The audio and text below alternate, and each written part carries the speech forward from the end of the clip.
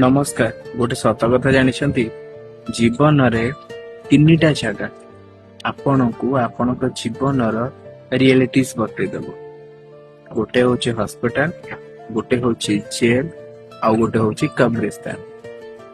କାରଣ ଆମେ ସବୁବେଳେ ନା ଆମେ ଭାବୁ ଜୀବନରେ ପଇସା ପଛରେ ଦୌଡୁ, ଆମେ ଜୀବନରେ କେବେ ହେଲ୍ଥକୁ ପ୍ରାୟୋରିଟି ଦଉନୁ। କିନ୍ତୁ ଆପଣ ଥରେ ହସ୍ପିଟାଲ ଯାଇକି ଦେଖନ୍ତୁ, ଗୋଟେ ଗୋଟେ ଲୋକ ଜମି ବାଡି ବିକିକି ନିଜ ଦେହରୁ ସୁସ୍ଥ ହେବାକୁ ଅପେକ୍ଷା କରିଥିବେ।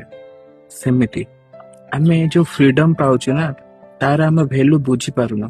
ଯେତେବେଳେ ଆପଣ ଜେଲକୁ ଯାଇକି ଦେଖିବେ, ଫ୍ରିଡମର ମାନେ ଆପଣ ବୁଝିପାରିବେ। ଶେଷରେ ଆପଣ ଯଦି କବ୍ରିସ୍ତାନ କିମ୍ବା ଶ୍ମଶାନକୁ ଯିବେ ନା, ସେଠି ଆପଣ ବୁଝିପାରିବେ ଜୀବନଟା କିଛି ନୁହଁ, ଆମେ କିଛି ବି ନେଇକି ଯିବାନି। କାହିଁକି ଏତେ ଅନ୍ୟମାନଙ୍କ ସାଙ୍ଗରେ ହିଂସା, ଦ୍વેଷ, ଝଗଡା, କଳି କଣ ପାଇଁ କରୁଛେ? ଏତେ ଲୋଭ କଣ ପାଇଁ କରୁଛେ? ଥରେ ଅନ୍ୟମାନଙ୍କୁ ଭଲ ପାଇକି ଦେଖନ୍ତୁ, ଜୀବନଟା ଖୁସିରେ ଭରିଯିବ। ରାଧେ ରାଧେ।